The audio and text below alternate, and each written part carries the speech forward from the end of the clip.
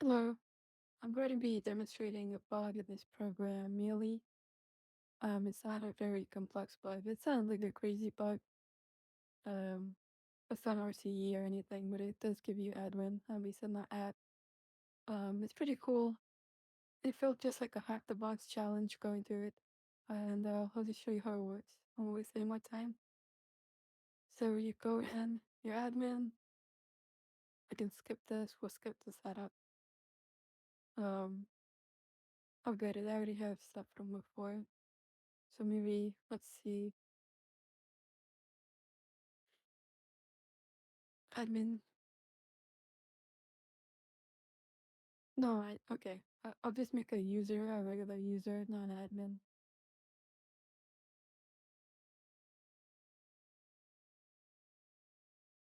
No, just no permissions or anything. I'll declare that group.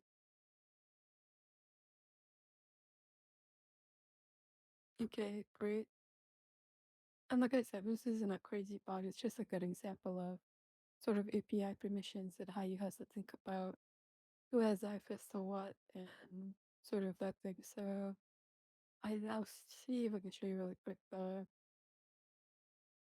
to the home. You have a recipe.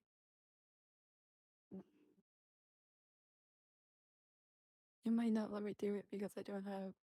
Well, yes. Um, so you go to your recipes.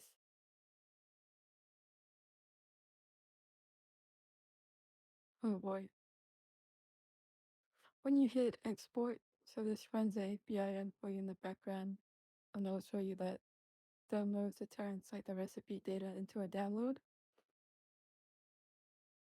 So yeah, the recipes folder. So really, you really only want recipes and backup to the app data to be accessible from the front end. But you can basically get to any of these files, and I'll show you how to do that in a second.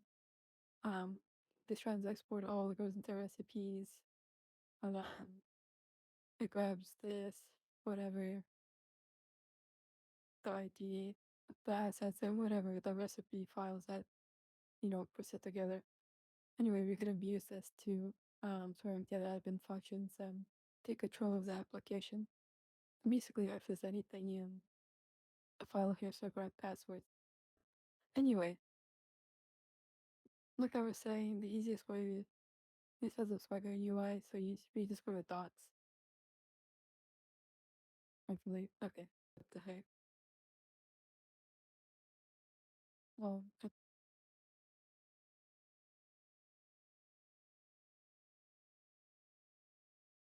like I was saying, we have this function bulk actions export download. You see it's under the recipes API. So we go in here, like I guess what in the backend or the front end is supposed to send is like the recipe and the ID. Or instead of that, you can send but you have to put that data on here. And you can do this and then here we get the JWT secret. Yep, file token. So how I found this is there's an API endpoint here that let me grab this. So where to use this. Now I have a file token. You need this to download. You need this to download files. I don't even know why they did it like this, but this is how they decided to make it so you download the exports and things. So you go in here. Now we have our token. What this is going to do is generate a download for our file.secret. Okay, so we have here the secret file. This is a JWT token, a Java Web token. If you're a web developer, you probably know what that is. I like this tool JWT rocks better than JWT.io. I don't know why. But basically, this is how we're gonna handle our cookies and authentication and basically anything sensitive between with user accounts. So we can put in what I'm putting in down here. This is not right. Yes, it is. HS256. It's probably one of the most common that you're gonna use for JWT, and that happens to be what this token is. So we paste in my key there. And then now this, so that key takes this and it turns it into this. So we're just gonna go in here, we need a cookie. And then remember the application cookies. We're just gonna take our cookie here. See, that's the JWT encoded with a secret.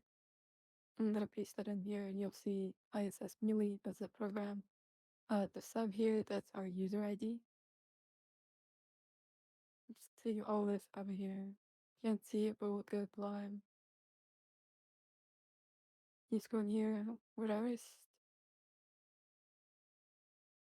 Where is this? That's our ID. Oh, let's do this too. So let's just make it for 2099. I don't know, whatever day you want. Or this January 1st. And we'll put that in here. So you just paste that in here. See, it turns this into a date. That's the date in Unix timestamp.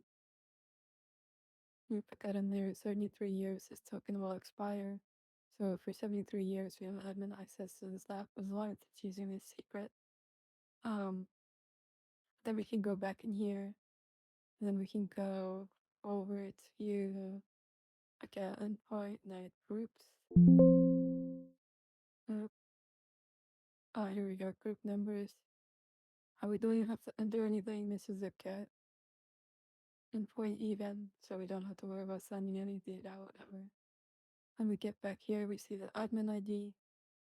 So we take the admin ID, and since we have the JWT secret and we can craft our own keys, we can paste that in here, and we can put this back here. So this is our token. I'll need this. I'll take it now.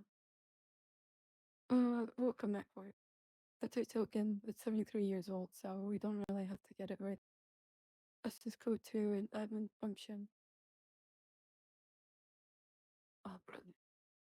Admin about is fine. Let's just see what happens when we execute as our user right now.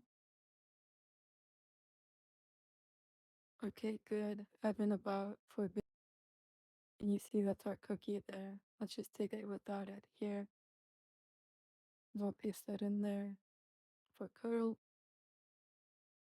I'll go back and we'll get our cookie here. We'll paste that in there. Here we go. And then now you see it's verified. We have a good key because we identified as our other user. You get the point. You can make an admin user. You can do any admin function now on the site. So yeah, I just want to demonstrate that. I thought it was a cool thing.